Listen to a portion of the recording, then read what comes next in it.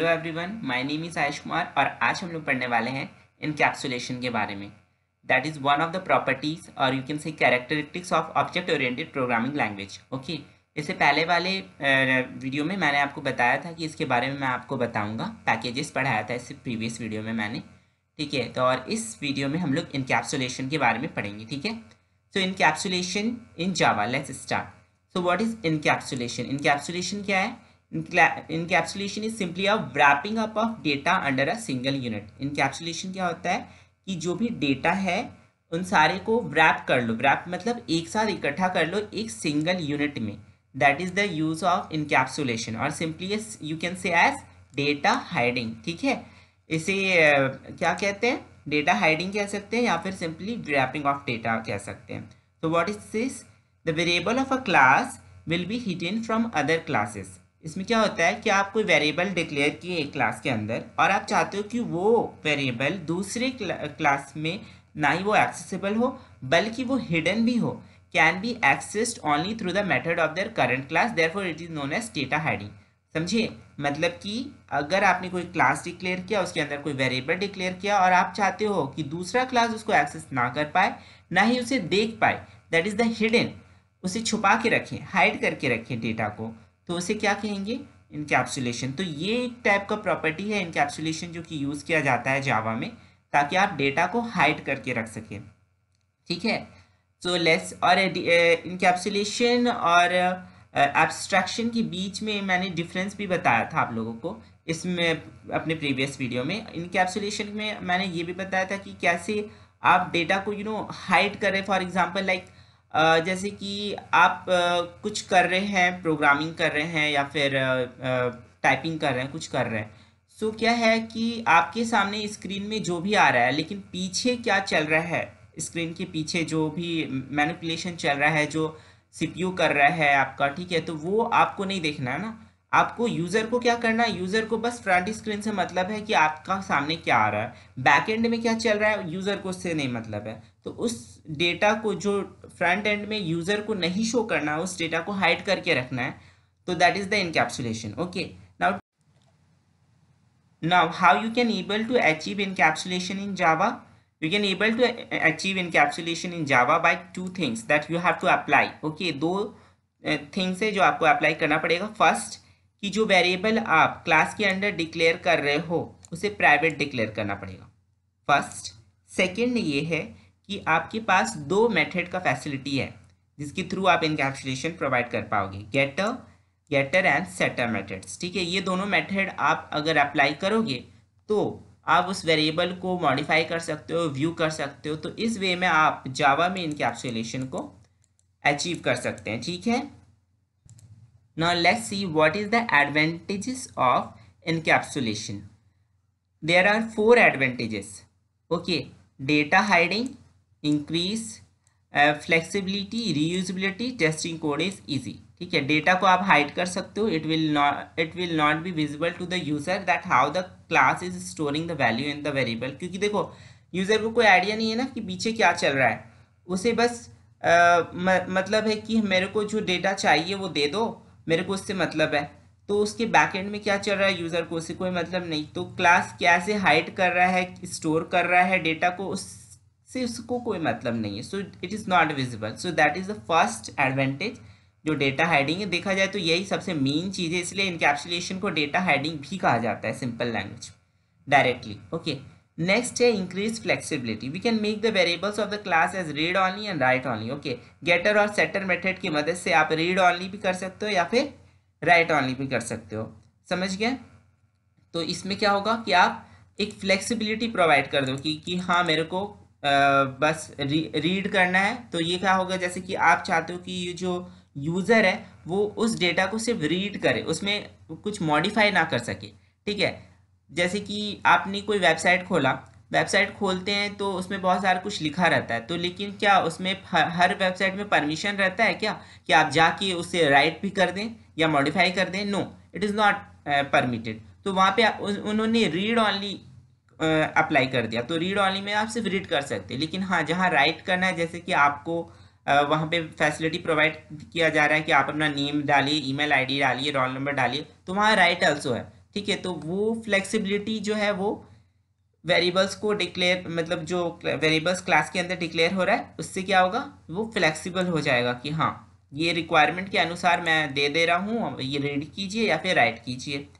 Reusability मतलब encapsulation also improve the reusability and easy to change the new requirement, मतलब कि भाई फिर से अगर आप चाहते हो जो वेरिएबल्स आपने डिक्लेयर किया है क्लास के अंदर उसे फिर से वापस से यूज़ करना चाहते हो अपने मोड में, रीड ओनली मोड या write only mode, whatever the mode you want to use, तो उस बेसिस में क्या होगा कि आप उसे रीयूज़ फिर से कर सकते हो।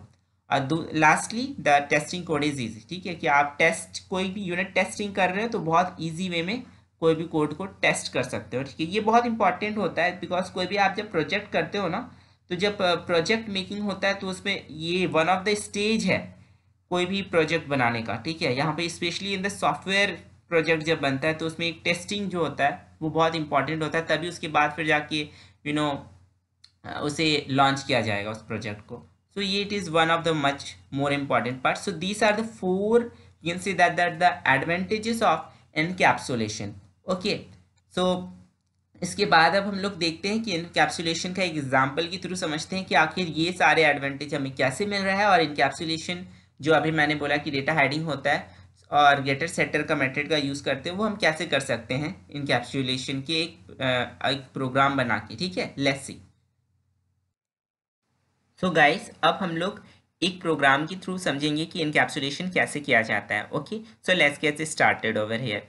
I have created a package over here and I'm going to create a class first of all। सबसे पहले एक क्लास बनाएंगे और इसका नाम मैं रख देता हूँ encapsulate।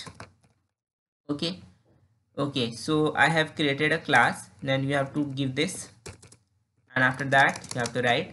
मैंने बोला कि जब आप ये इनकैप्सुलेशन कर रहे हो तो जो भी वेरिएबल बनाओगे उस वेरिएबल को क्या रखोगे, प्राइवेट रखोगे। तो you have to create a private variable. मैं चाहता हूँ मेरे दोस्त का नेम और उसका रोल नंबर मैं इनकैप्सुलेट करना चाहता हूँ। So let's see how to do. I have to create the private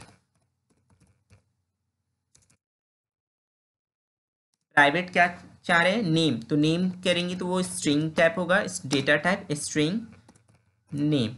okay, पहला हो गया, नेम हो गया। Then I have to create roll number. So you have to write private, वो इंटीजर टाइप है, इंट रोल। ओके, ये हो गया। मैंने क्या किया कि मैंने दो वेरिएबल डिक्लेयर किया, एक नेम और एक रोल। अब मैं क्या करूँगा कि इन दोनों के लिए गेटर और सेटर फंक्शन बनाऊंगा, ठीक है। तो हम कैसे बनाएंगे, लिखेंगे पब्लिक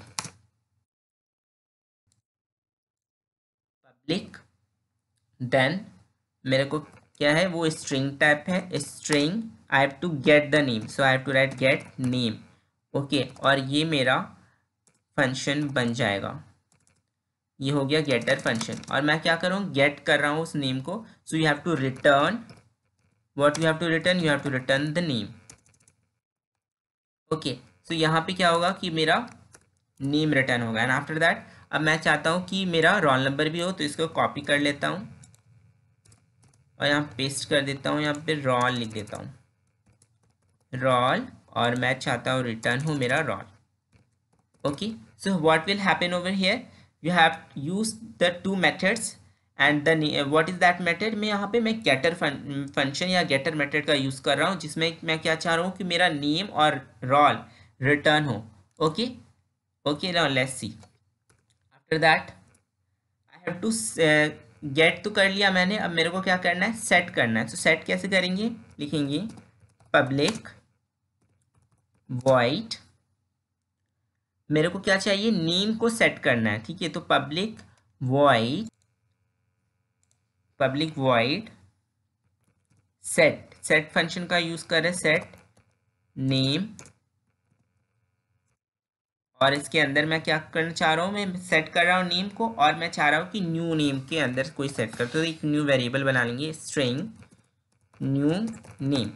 ओके, तो यहाँ पे मैंने क्या किया कि मैंने स्ट्रिंग वेरिएबल बना लिया, एंड आफ्टर दैट उसके अंदर स्ट्रिंग का एक वेरिएबल बना लिया न्यू नेम करके। ओके, और अब मैं क्या चाह रहा हूँ कि सेट कर दो नेम को न्यू नेम में, ठीक है। That is an name is equal to new name. Okay, तो ये क्या होगा कि मेरा जो नेम है उसको सेट कर देगा, ठीक है, न्यू नेम में। और अब क्या चाहता हूँ कि मेरा रोल नंबर भी वैसे ही हो। Okay, so what will I am going to do here, I am going to write that roll and I want to get a new roll. Okay, so I have to do like this.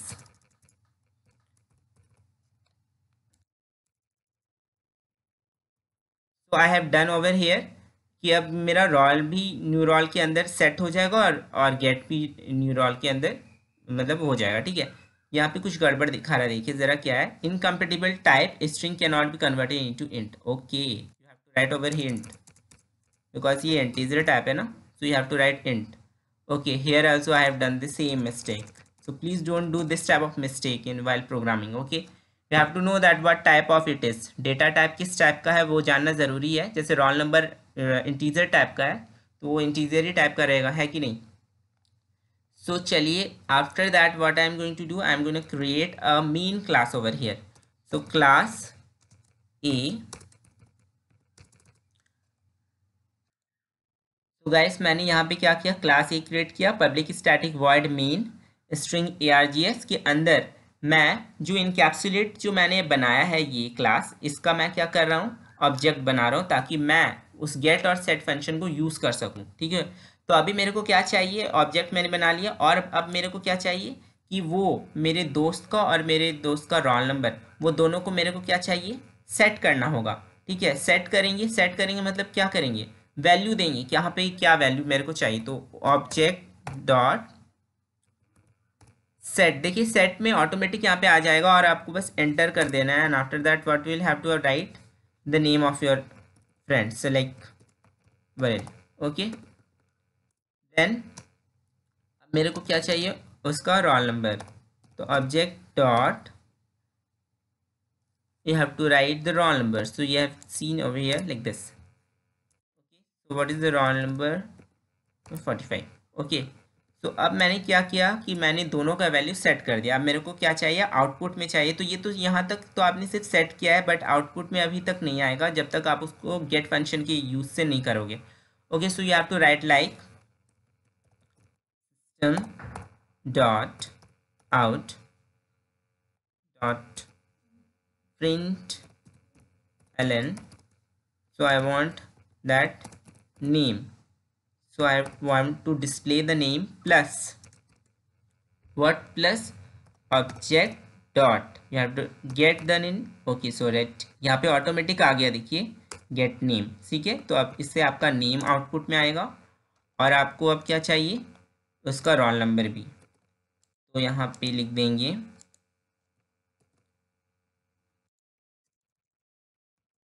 roll dot gate roll, ठीक है। तो इससे क्या होगा कि आपका roll number भी output में आ जाएगा, ठीक है। और एक चीज़ और, यहाँ पे मैंने वॉइड फंक्शन क्यों यूज़ किया है, बिकॉज ये मेरा कोई रिटर्न टाइप नहीं है। मैं बस चाह रहा हूँ कि ये जो वैल्यू है इस वेरिएबल का, ठीक है, वो न्यू नेम में चला जाए, मतलब कि वो उसको एक्सेसिबल हो सके, ठीक है, तभी वो होगा, नहीं तो फिर आके गड़बड़ शो करेगा। ओके, सो अब मैंने प्रोग्राम बना लिया है। कैसे मैंने प्रोग्राम बनाया, क्लास बनाया इनकैप्सुलेट का, दो प्राइवेट वेरिएबल्स डिक्लेयर किया, नेम एंड रोल नंबर। उसके बाद दोनों का गेट फंक्शन बनाया। गेट फंक्शन कैसे बनाया जाता है, वो पब्लिक बनाना चाहिए आपका, ठीक है, तभी वो एक्सेसिबल कर पाएगा बाहर वाले वेरिएबल को, प्राइवेट वेरिएबल को। यहाँ पे तो public string gate name, you have to return name, and get roll number, you have to return roll number. Then after that what you have to do, उसके बाद आपको सेट करना होगा वैल्यू को कि ये जो वैल्यू है वो वैल्यू इसी के अंदर आ सके, दैट इज़ द जो मेरा ये जो नेम है वो न्यू नेम में जा सके, ठीक है। तो इस वे में क्या होगा, ये दोनों का वैल्यू सेट हो जाएगा। And after that what will happen,